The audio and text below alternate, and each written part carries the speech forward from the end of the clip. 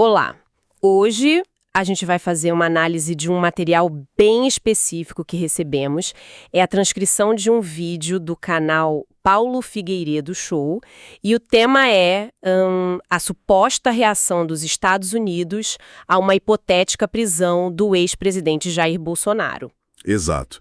E é bom deixar claro desde o início. Sim. O nosso objetivo aqui não é checar os fatos apresentados, mas sim desconstruir o argumento, entender como essa narrativa é montada. Isso. A fonte desenha um cenário de uma resposta americana que seria, assim, muito forte, chegando a prever sanções e tudo mais. A nossa conversa hoje é para entender como essa ideia é construída passo a passo. E o ponto de partida já é fascinante, né? A fonte não começa direto na reação. Ela primeiro estabelece o que alega ser a visão da mídia tradicional. Certo. Para só depois apresentar as evidências dela como uma espécie de revelação. É uma estratégia de enquadramento, né? Mistura comunicação, política. Relações internacionais. Exato. Tudo pela ótica desse vídeo específico. Certo. Então, vamos começar por aí. Qual é esse cenário que a fonte primeiro pinta para depois desconstruir? O ponto de partida é a notícia da prisão. Imediatamente, o narrador do vídeo vai de encontro ao que ele diz ser a narrativa dominante na imprensa brasileira. E qual seria essa narrativa? A de que Donald Trump e o círculo político dele teriam basicamente virado as costas para o Bolsonaro. A fonte usa termos fortes, né? Diz que ele estaria sendo retratado como abandonado, até chamado de loser. Entendi. Então, primeiro se cria essa expectativa de isolamento. É como se dissessem, olha, todo mundo está falando que ninguém mais se importa, mas agora a gente vai mostrar a verdade. Exatamente. Essa contextualização é a chave de tudo. É o que prepara o terreno para o argumento principal. Cria o elemento de surpresa. Isso. Ao estabelecer essa suposta visão de abandono, a fonte faz com que qualquer reação pareça muito maior. Mas o que eles apresentam é, segundo a própria fonte, o oposto de uma reação pequena. E é aí que eles trazem a primeira evidência, que o vídeo descreve como uma resposta, e eu cito aqui, dura, inequívoca e oficial do governo americano. O que seria essa resposta? Então, segundo a fonte, ela teria vindo de uma postagem da Embaixada dos Estados Unidos no Brasil. Da própria embaixada. Sim. E aqui tem um detalhe importante, a postagem é atribuída a um nome específico, Christopher Landau. E quem seria ele? O vídeo o descreve como, e de novo é uma citação, o número 2 da diplomacia americana no mundo. Peraí, o número 2 do mundo. Isso é uma alegação bem forte. É fortíssima. E a gente precisa parar um pouco aqui. A atribuição é muito significativa. O que a fonte está tentando fazer ao colocar um peso tão grande nessa figura? Ela está tentando dar o máximo de autoridade possível para a mensagem. Veja bem, não é um assessor, não é um porta-voz de baixo escalão. Certo. Ao dizer que a declaração vem do segundo em comando da diplomacia, a fonte está enquadrando isso como a voz do próprio Departamento de Estado. A intenção é anular por completo a narrativa do abandono. É para mostrar que a reação veio do mais alto escalão possível. Exatamente. E o conteúdo dessa suposta declaração reflete esse peso todo. A linguagem é incrivelmente direta para um comunicado diplomático, não acha? É quase sem precedentes. E é exatamente isso que a fonte quer ressaltar. Como assim? Comunicação diplomática é, por natureza, cheia de nuances, eufemismos. É tudo muito calculado. O que o vídeo descreve é o oposto disso. É uma linguagem de confronto. Sim, a fonte cita trechos que chamam o ministro Alexandre de Moraes de um violador de direitos humanos já sancionado. Isso é bem pesado. Pesadíssimo. E continua. Diz que os Estados Unidos estão gravemente preocupados com o que seria um ataque ao Estado de Direito e classifica a prisão como provocativa e desnecessária. E tem a citação final, que talvez seja a mais potente de todas. Qual? A que diz: não há nada mais perigoso para a democracia do que um juiz que desconhece qualquer limite ao seu próprio poder. Uau! Veja, isso não soa como um diplomata falando, né? Soa como um ativista político, um editorialista. É verdade. Apresentar isso como uma posição oficial da embaixada, vinda de uma figura de tão alto escalão, é o movimento mais audacioso do argumento deles. É a peça central que sustenta todo o resto. Então, de um lado, temos essa suposta via diplomática, que funciona como um aviso formal do governo americano. E do outro? Do outro, a fonte destaca uma reação mais performática, digamos assim. Vinda de onde? Vinda diretamente do círculo político de Trump. Isso mostra que a reação aconteceria em duas frentes, a oficial e a política, o que reforça a ideia de uma resposta coordenada, ampla. E essa segunda frente viria de quem? De Jason Miller, que o vídeo apresenta como um dos principais assessores de Trump. Certo. E são duas postagens dele com tons bem diferentes, pelo que eu vi. A primeira é mais séria. Diz algo como: para todos que foram enganados ao pensar que a caça às bruxas era exagero, espero que estejam apreciando o café da manhã. Uma referência clara à notícia que teria saído de manhã. Exato. Essa primeira mensagem fala direto com a base de apoiadores. Usa um código que eles já conhecem, o termo caça às bruxas. É uma forma de dizer: nós estamos vendo a mesma perseguição que vocês. É uma mensagem de validação da narrativa deles. De solidariedade, de reforço.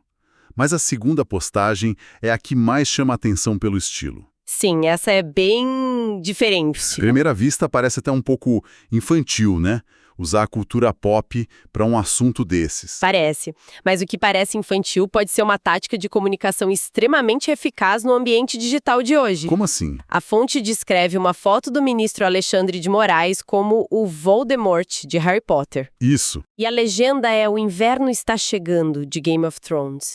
E ainda tem uma música tocando, "One way or another, I'm gonna get you", quer dizer, de um jeito ou de outro eu vou te pegar. É uma mistura de tudo.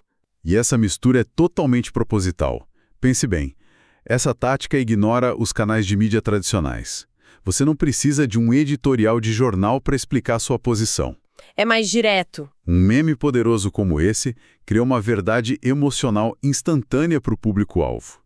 Alexandre de Moraes deixa de ser uma figura jurídica complexa e se torna simbolicamente o vilão que não pode ser nomeado. É um atalho narrativo. Um atalho potentíssimo. Ele transforma um debate político, jurídico, super complexo, numa batalha épica e simplificada de bem contra o mal. E isso é muito mais fácil de consumir, de compartilhar, né? Com certeza. É muito mais fácil de engajar emocionalmente do que, sei lá, uma análise jurídica de 30 páginas. E as outras referências? O inverno está chegando e a música. O que elas adicionam? O inverno está chegando é uma frase que denota uma ameaça, um acerto de contas que está por vir. É um aviso. Certo, uma promessa de retaliação. E a música remove qualquer ambiguidade que pudesse ter sobrado. De um jeito ou de outro, eu vou te pegar.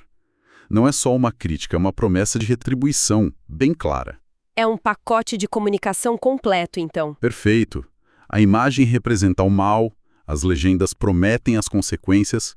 É uma mensagem desenhada para viralizar e para ser entendida em segundos, sem precisar de contexto.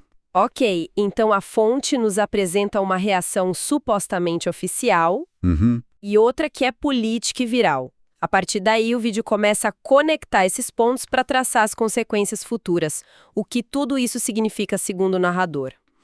A conclusão que a fonte apresenta é que essas reações não são só palavras ao vento. Elas seriam um prelúdio de ações bem concretas. Certo. O narrador argumenta que não há mudança de curso a respeito da política externa americana e que o público deve acreditar no que o Jason Miller e a suposta postagem da embaixada estão sinalizando. É aqui que o argumento fica preditivo. E é aí que eles introduzem um termo bem específico, a Lei Magnitsky. Para quem não está familiarizado, o que é exatamente essa lei? Por que ela é tão significativa nesse contexto? A Lei Magnitsky é um mecanismo legal muito, mas muito poderoso que o governo dos Estados Unidos tem. Ela permite que o presidente imponha sanções a indivíduos estrangeiros. Que tipo de indivíduos? Aqueles que sejam considerados responsáveis por violações graves de direitos humanos ou por atos de corrupção significativa. E as sanções são pesadas. Tipo o quê? Congelamento de ativos nos Estados Unidos, proibição de fazer qualquer transação financeira por lá e, talvez o mais importante, a proibição de entrar no país com o cancelamento de vistos. E o vídeo é bem direto ao dizer que a Lei Magnitsky vai pegar no Brasil. Ele vai além.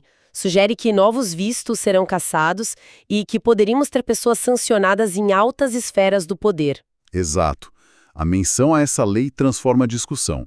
Deixa de ser uma crítica política e vira uma ameaça de ação legal e econômica direta. E para ampliar o escopo dessa ameaça, a fonte faz mais uma jogada interessante. Qual? Ela introduz uma citação atribuída a um outro ministro do STF, Gilmar Mendes, E o que ele teria dito? que Alexandre de Moraes não agiu sozinho. Ah, Ao usar essa frase, a fonte sugere que o alvo das possíveis sanções não seria só uma pessoa, mas talvez um grupo ou até parte de uma instituição. entendi.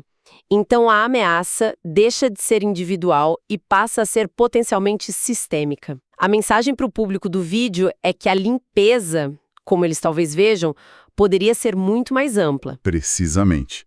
É uma forma de dizer que as consequências não seriam isoladas.